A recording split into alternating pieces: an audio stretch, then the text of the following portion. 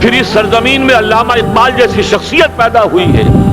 یہ ساری چیزیں جو ہے یہ در حقیقت اشارہ کر رہی ہیں کہ یہ ملک مشیت ایزدی کے کسی طویل سلسلے کی ایک کڑی ہے. اور وہ سامنے آ گیا تھا کہ سن 47 میں یہ قائم ہوا ہے اور پورے 9 مہینے بعد 14 اگست اور 13 مئی 14 اگست سن 47 اور 13 مئی سن 48 پورے 9 مہینے بعد اسرائیل عالم وجود میں آ گیا. اللہ تعالیٰ نے اس عالمی بیماری اس کے لیے جو علاج ہے وہ پہلے پیدا کیا ہے. جیسے کہ حدیث میں آتا ہے ما انزل اللہ من دائن الا انزل لہ دوان. اللہ تعالیٰ نے کوئی بیماری ایسی نہیں اتاری کہ جس کا علاج بھی نہ اتار دیا ہو. اور جیسے کہ ماں کی چھاتیوں میں بچے کی ولادت سے پہلے دودھ پیدا ہو جاتا ہے، اس کی غذا کا بندوبست پہلے ہو جاتا ہے، اسی طریقے سے اسرائیل کا جو فتنہ اٹھنے والا تھا اس کی سرکوبی کے لیے پاکستان وجود میں آیا ہے. اور آج وہ مرحلہ آ گیا ہے تاریخ کا ایک عظیم موڑ. آپ دیکھیں گے کہ بڑی مشابہت پیدا ہو گئی ہے. ایک طرف بظاہر امریکہ کی مرضی کے خلاف اسرائیلی وزیر اعظم نیتن یاہو وہ بڑا ایک غرور کا اور بڑے تکبر کا مظاہرہ کر رہا ہے. اور وہ پورا پیس پروسیس جس پر نہ معلوم کتنا وقت صرف ہوا تھا، کتنی محنتیں ہوئی تھیں، کتنے راؤنڈز آف ٹاکس ہوئے تھے، کبھی واشنگٹن میں ہوئے ہیں، کبھی اوسلو طرز کا کوئی معاہدہ ہوا ہے، کبھی پھر اور اس کے بعد پیشی ہوئی تھی میڈرڈ کے اندر بھی. لیکن وہ سارا پیس پروسیس جو ہے اس کی دھجیاں کر رہا ہے. وہ وقت بالکل قریب نظر آ رہا ہے کہ یروشلم کے مسئلے پر وہاں بٹی دہک اٹھے گی. اور احادیث نبویہ میں جو خبریں دی گئی ہیں کتاب الملاحم کی احادیث میں معلوم ہوتا ہے کہ اب اس کا آغاز ہونے والا ہے. نیتن یاہو کو امریکہ کے خلاف جانے کا اصل میں حوصلہ کیوں پڑ رہا ہے؟ اس لیے کہ اسے معلوم ہے کہ فرنگ کی رگیں جہاں پنجہ یہود میں ہے، چاہے کلنٹن ہو یا کلنٹن کا باپ ہو، یہودی لابی وہاں کی اتنی مضبوط ہے، کانگریس میں اور سینٹ میں ان کا اتنا اثر ہے کہ کوئی بھی وہاں شخص بڑے سے بڑا طاقتور اور بڑے سے بڑا اختیارات کا حامل اسرائیل کی مرضی کے خلاف نہیں جا سکتا. یہی معاملہ یہاں نظر آ رہا ہے. بظاہر تو ناراضگی کا اظہار ہوا ہے لیکن یہ بات اب تو کھلتی چلی جا رہی ہے. حقیقت یہ ہے کہ یہود اور ہنود کا بڑا گہرا لنک قائم ہو چکا ہے اور یہ بھٹیاں اب دونوں طرف دہکیں گی. میں اس سے پہلے بارہا کہہ چکا ہوں ملت اسلامیہ تقریباً 150 کروڑ افراد پر مشتمل ہے، لیکن اس میں سے تقریباً 20 کروڑ عرب ہیں. ان کو اللہ نے خصوصی فضیلت دی تھی. یہ تھے کہ جن کی زبان میں قرآن نازل ہوا. خود محمد عربی صلی اللہ علیہ وسلم عرب تھے، انہیں جو فضیلت عطا کی تھی. لیکن بدقسمتی سے اس دور میں آ کر بھی انہوں نے آزادی حاصل کرنے کے بعد بھی اپنا قبلہ درست نہیں کیا. کسی نے ماسکو کی طرف رخ کیا، کسی نے واشنگٹن کا رخ کیا، اللہ اور اس کے رسول کی طرف رخ نہیں ہوا. واقعہ یہ ہے کہ مجرم ہیں.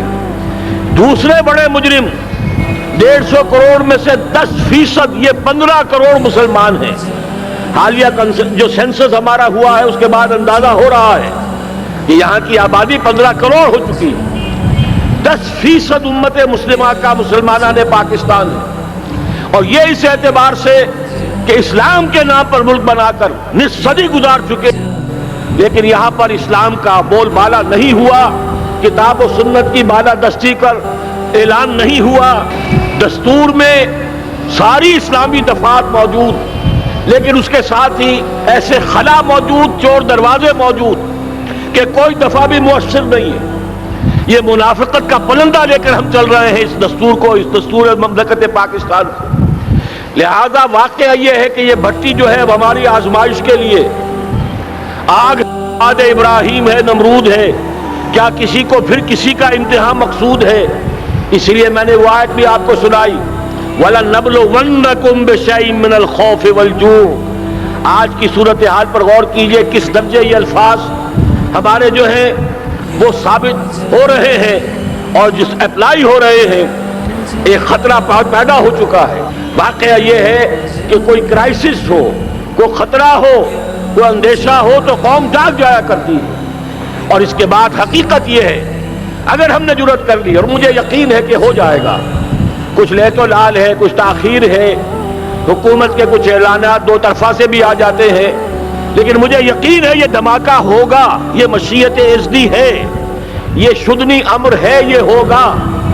اور اس کے بعد یقیناً اس آیت مبارکہ کا دوسرا لفظ ہم پر منطبق ہوگا، وَلَنَبْلُوَنَّكُمْ بِشَيْءٍ مِّنَ الْخَوْفِ وَالْجُوعِ۔ یہاں دوسرا لفظ بھوک کا لفظ ہے، ہم پر سختیاں آئیں گی یقیناً۔ الکفر ملت واحدہ، پوری دنیا امریکہ کی زیر سرپرستی ہمارے خلاف کھڑی ہوگی، ہمارے اوپر پابندیاں لگیں گی، لیکن شاید ہمارے جذبہ ایمانی کو بیدار کرنے کے لیے اللہ تعالیٰ اسی کو ذریعہ بنا دے، اور پھر اس کے ذریعے سے پورے عالم اسلام میں عوامی سطح پر جو ہمدردی پیدا ہوگی پاکستان کے ساتھ، اس کے آثار شروع ہو گئے ہیں۔ کبھی قطر کی طرف سے خبر آ رہی ہے، کبھی الاحرام کا جو ہے وہاں بات سامنے آ رہی ہے۔ معلوم ہو رہا ہے کہ جو بھی پبلک اوپینین ہے پورے عالم اسلام میں، اس کی وجہ کیا ہے؟ میں نے اپنے پچھلے جمعے کے خطاب میں عرض کیا تھا کہ جیسے پاکستان سلطنت خداداد پاکستان ہے، ایسے ہی اس کی ایٹمی صلاحیت یہ بھی خداداد ہے، اللہ نے چھپر پھاڑ کر ہمیں دی ہے۔ ایسا نہیں تھا کہ ہم نے لیبارٹریاں بنائی ہو، ہمارے سینکڑوں اور ہزاروں سائنسدان ریسرچ میں لگے ہوئے ہوں، نہیں، اچانک اللہ تعالیٰ کی طرف سے ہمیں ایک نعمت غیر مترقبہ عطا ہو گئی ڈاکٹر عبدالقدیر کی شکل میں۔ پھر نہ معلوم کس کس ذریعے سے اس پروگرام کو آگے بڑھانے کے لیے جن پرزوں کی ضرورت تھی، کس کس ذریعے سے وہ پرزے یہاں پہنچے ہیں، یہ بھی خالص خداداد صلاحیت ہے، اور اس کو سمجھ لینا چاہیے کہ یہ ہمارے لیے ایک فرض کفایہ کے درجے میں ہے پوری امت مسلمہ کی طرف سے۔ اس کی وجہ کیا ہے؟ پورے عالم اسلام میں کہیں اور یہ صلاحیت موجود نہیں۔ کچھ ایٹمی دانت نکلنے کا امکان پیدا ہوا تھا عراق میں، آپ کو معلوم ہے کئی سال پہلے اسرائیل کے جیٹس آئے اور اس کی ایٹمی تنصیبات کو تہس نہس کر کے چلے گئے۔ اس کے بعد جو کچھ ہوا ہے خلیج کی جنگ میں، اس کا اگلا پچھلا کھایا پیا سارا اگلوا دیا، اور اس کے لیے جو پابندیاں ہیں شدید سے شدید تر ابھی تک چلی آ رہی ہیں۔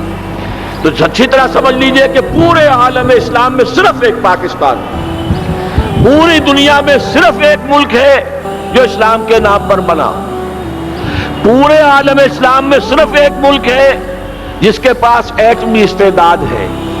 ان دونوں چیزوں کو سامنے رکھیے تو پھر مشیت اذنی میں مختلف چیزیں جو اللہ تعالیٰ کی اس تدبیر کے اندر موجود ہے، اس کی کچھ نہ کچھ کڑیاں جو ہے ملتی نظر آتی ہیں۔ لہذا اگر یہ معاملہ ہو جاتا ہے تو یقیناً اگرچہ سختی آئے گی، وَلَنَبْلُوَنَّكُمْ بِشَيْءٍ مِّنَ الْخَوْفِ وَالْجُوعِ، لیکن ایک تو یہ کہ اس قوم کے اندر سے انشاءاللہ جذبہ ایمانی برآمد ہوگا، اس قوم کے اندر سے ایثار و قربانی کے جذبات برآمد ہوں گے، پورے عالم اسلام کی اخلاقی سپورٹ اسے حاصل ہوگی۔ اور میں یہ سمجھتا ہوں کہ جیسے نوائے وقت نے بھی بہت اچھا کیا، کل یا پرسوں کے اپنے جو سر وقت پر وہ احادیث شائع کر دی ہیں، جن میں سے دوسری حدیث بڑی معنی خیز ہے۔ حضور نے فرمایا اصابتان احرزہم اللہ من النار، دو لشکر ایسے ہیں کہ جن کو اللہ تعالیٰ نے جہنم کی آگ سے چھٹکارے کا پروانہ دے دیا، وہ لشکر جو ہیں وہ جہنم کی آگ سے چھٹکارا پا گئے، احرزہم اللہ من النار۔ وہ دونوں لشکر کون سے ہوں گے؟ اصابت یغزو الہند، ایک وہ کہ جو ہندوستان پر حملہ آور ہوگا، اور دوسرا وہ جو حضرت مسیح علیہ السلام کے ساتھ جبکہ ان کا نزول ہوگا، اور اللہ تعالیٰ ایک مجدد، اس آخری دور کے مجدد کی حیثیت سے حضرت مہدی کو بھی ہمارے درمیان میں سے اٹھائے گا، اور پھر جو آخری فیصلہ کن جنگ ہوگی الملحمۃ العظمیٰ، اس کے لیے یہاں سے فوجیں جائیں گی ان کی مدد کے لیے۔ اب ان دونوں فوجوں کو ایک حدیث میں جمع کرنے سے اندازہ کر لیجئے کہ اس کا مطلب کیا ہے۔ یہ علاقہ پاکستان اور اس سے ملحق افغانستان، یہ علاقہ ہے کہ جو اسلام کا گہوارہ پہلے بنے گا، یہاں سے فوجیں جائیں گی، اور دائیں بھی اور بائیں بھی، مشرق میں بھی اور مغرب میں بھی، اور یہیں سے انشاءاللہ تعالی اسلام کا جو عالمی غلبے کا جو وعدہ ہے اللہ کا، کی خبر دی ہے محمد رسول اللہ صلی اللہ علیہ وسلم نے، لا یبقى علی الارض بیت وبر ولا مدر الا ادخلہ اللہ کلمۃ الاسلام، اس روئے ارضی پر کوئی گھر بچے گا نہ خیمہ بچے گا جس میں اللہ تعالیٰ کلمہ اسلام کو داخل نہ کر دے۔ وہ حدیث کے جس کے بارے میں فرمایا گیا، حضور نے ارشاد فرمایا، حضرت ثوبان سے روایت ہے کہ اللہ تعالیٰ نے میرے لیے ساری زمین کو سمیٹ دیا۔ ان اللہ زوالی الارض فرأیت مشارقہا و مغاربہا، میں نے اس زمین کے سارے مشرق دیکھ لیے، سارے مغرب دیکھ لیے، لیکن یہ جان لو ان امتی سیبلغ ملکہا ما ظل لی منہا، میری امت کی حکومت ان تمام علاقوں پر قائم ہو کر رہے گی جو پوری زمین کو لپیٹ کر مجھے دکھا دیے گئے۔ یہ وعدہ پورا ہونا ہے، اور اس وعدے کا نقطہ آغاز یہی سرزمین، اور جیسا کہ ہمیں افغانستان میں آثار نظر آ رہے ہیں، ایک خالص دینی مذہبی حکومت قائم ہو چکی ہے۔ افغانستان کا 80% علاقہ امن کا گہوارہ بن چکا ہے، علماء کی وہاں قیادت ہے اور حکومت ہے۔ یہ پاکستان اور افغانستان مل کر، جیسا کہ آپ کو یاد ہوگا میں نے جب تجویز پیش کی تھی کہ حکومت پاکستان فوراً تسلیم کرے طالبان کو، اللہ کا شکر ہے، میں سمجھ یہ نہیں کہتا کہ میرے کہنے کی وجہ سے ہوا، لیکن بہرحال اللہ کا فضل ہوا کہ چند دن کے بعد ہی حکومت پاکستان نے تسلیم کر لیا طالبان کی حکومت کو۔ میری دوسری تجویز ابھی پینڈنگ ہے، پاکستان اور افغانستان کا کے درمیان کانفیڈریشن قائم کیا جائے۔ یہ ملک دونوں مل کر واقعتاً، کہ ایک نے واقعتاً 15 لاکھ سے زیادہ جانیں دے کر مرنا سیکھ لیا ہے، اور جو قوم مرنا سیکھ لے اسے کوئی مار نہیں سکتا، اسے کوئی شکست نہیں دے سکتا، اور ایک وہ قوم ہے پاکستان میں کہ جو 400 سال کی تجدیدی مساعی کے اثرات کی امین ہے، یہ اس کا تراث علمی ہے، چاہے وہ تحریک حضرت مجدد الفسانی کی تھی، چاہے وہ علمی تحریک شاہ ولی اللہ کی تھی، چاہے وہ تحریک جہاد سید احمد بریلوی کا تھا، چاہے اور جو بھی رجال عظیم پیدا ہوئے ہیں 14ویں صدی ہجری میں، ان سب کے اثرات یہاں موجود ہیں۔ یہ چیزیں مل کر وہ طاقت بنے گی کہ یہاں سے اسلام پھر پھیلے گا، مشرق کی طرف بھی مغرب کی طرف بھی۔ اصابۃ تغزو الہند و اصابۃ مع عیسیٰ ابن مریم، یہ چیزیں جو ہونی ہے الحمدللہ، میں سمجھتا ہوں کہ اب تیزی کے ساتھ حالات اس رخ پر جا رہے ہیں۔ کہیں فرمایا ان ینصرکم اللہ فلا غالب لکم، اگر اللہ تمہاری مدد کرے تو کوئی تم پر غالب نہیں آ سکتا، وہیں یخذلکم، اور اگر خدا نہ خواستہ اللہ تعالیٰ ہی اپنی مدد تم سے کھینچ لے، واپس لے لے، سلب کر لے، ان یخذلکم، تمہیں چھوڑ دے، فمن ذا الذی ینصرکم من بعد، تو پھر کون ہے جو تمہاری مدد کر سکے گا۔ اس مرحلے پر سیاسی جماعتیں اپنے جو ان کا مزاج ہے اس کے مطابق چاہتی ہیں کہ کیپٹلائز کریں، پولیٹیکل مفادات حاصل کریں۔ بہرحال میرے نزدیک ایک کنسنسس ہونا چاہیے، ایک نقطے کا دھماکہ ہونا چاہیے، اور نمبر 2، اللہ اور اس کے رسول کے ساتھ صلح اور اللہ کی مدد کی ضمانت حاصل کرنے کے لیے کتاب و سنت کی ٹوٹل بالادستی، پورے دستور پاکستان میں کوئی شے اس کے منافی ہو اس کو نکال کر باہر کر دیا جائے، نفاق سے پاک کر دیا جائے۔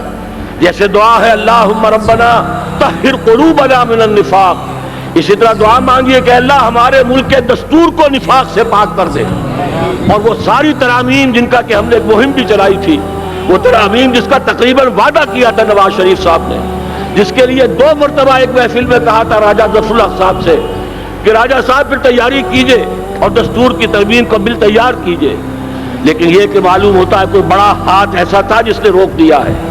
یہی ہاتھ ہے جو آج ہمیں ایٹمی دھماکہ کرنے سے روک رہا ہے۔